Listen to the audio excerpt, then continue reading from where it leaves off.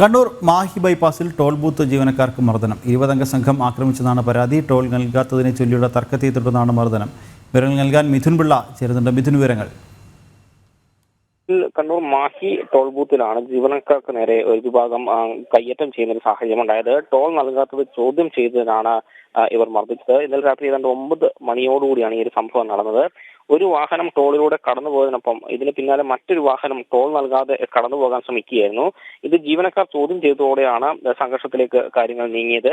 ചെറിയ വാക്കേറ്റമാണ് തുടക്കത്തിൽ ഉണ്ടായതെങ്കിലും പിന്നീട് 20ഓളം പേർ വരുന്ന സംഘം ഈ ടോൾ ബൂത്ത് ജീവനക്കാരെ അടക്കം ആക്രമിക്കുന്ന ഒരു സാഹചര്യം ഉണ്ടാവുകയായിരുന്നു.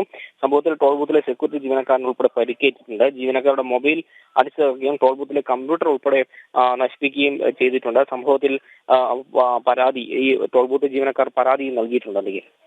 ശരി മിഥുൻ, കണ്ണൂർ മാഹി ബൈപ്പാസിൽ ടോൾ ബൂത്ത് ജീവനക്കാർക്ക് മർദ്ദനം. 20-അംഗ സംഘം ആക്രമിച്ചെന്നാണ് പരാതി. ടോൾ നൽകാത്തതിനെ ചൊല്ലിയുള്ള തർക്കത്തെ തുടർന്നാണ് മർദ്ദനം. നൽകുകയായിരുന്നു മിഥുൻ പിള്ള.